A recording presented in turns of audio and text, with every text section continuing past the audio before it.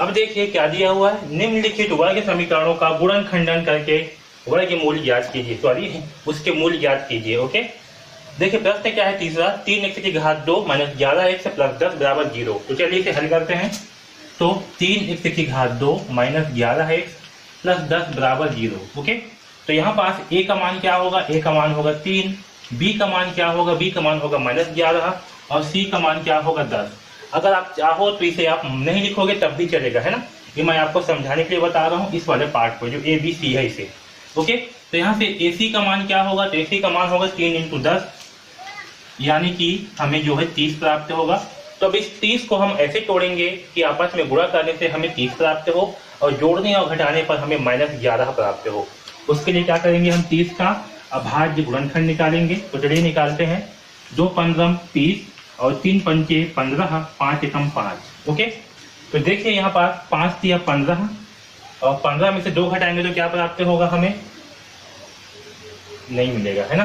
तो कैसे होगा, तो यहाँ देखिए 3 दूनी क्या होगा 6 इंटू 5। ओके, तो 6 पंचे 30 होगा और अगर इसे जो है -6 और -5 करेंगे तो हमें क्या प्राप्त होगा, -11 प्राप्त होगा।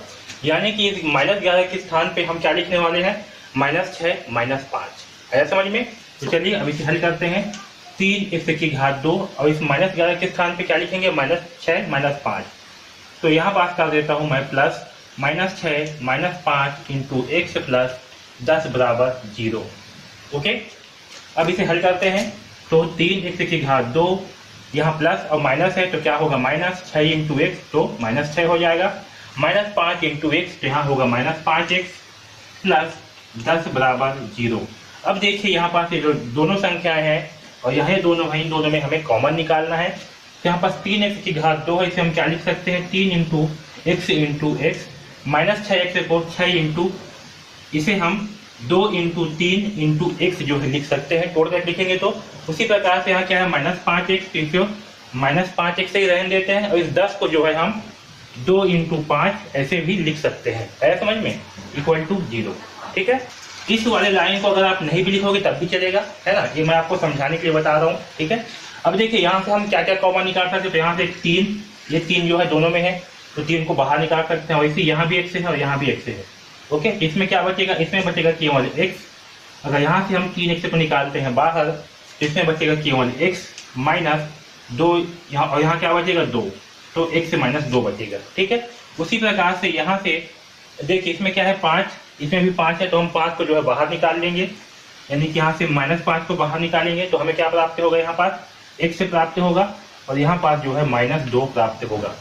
ओके, क्योंकि यहाँ पास क्या निकाले हैं, माइनस निकाले हैं, यहाँ पर धन है तो क्या आ जाएगा, यहाँ पास माइनस आ जाएगा, है ना। तो अब देखिए यहाँ पास x से -2 और जो कोष्टक के बाहर है उसे लिखेंगे 3x -5 बराबर 0। ठीक है, यहाँ पास अगर आप सोच रहे होंगे कि यहाँ पास जो x से -2 है इसे एक बार क्यों लिखते हैं, तो अगर x से -2 को हम कॉमन निकालेंगे तो हमें क्या बचेगा, 3x से -5। आया समझ में। अब यहाँ देखिए x से -2 है तो x से -2 बराबर क्या हो जाएगा, 0। और यहाँ से x का मान क्या प्राप्त होगा, तो यहाँ से जो है x का मान हमें 2 प्राप्त होगा। इसी प्रकार से यहाँ है 3x -5 बराबर 0। ओके, और यहाँ से x का मान हमें क्या प्राप्त होगा, तो यहाँ 3x बराबर होगा 5, क्योंकि -5 को जब पक्षांतर करेंगे तो क्या हो जाएगा, ये +5 और यहाँ से x बराबर होगा 5/3।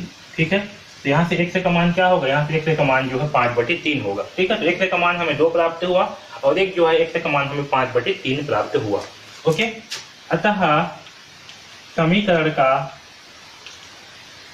मूल x बराबर क्या क्या है, एक है 2 व एक क्या है 5/3, तो 5/3 होगा। ठीक है, आया समझ में। तो इस प्रकार से जो है हम प्रश्न क्रमांक 4 का तीसरा प्रश्न को हल करेंगे। ओके।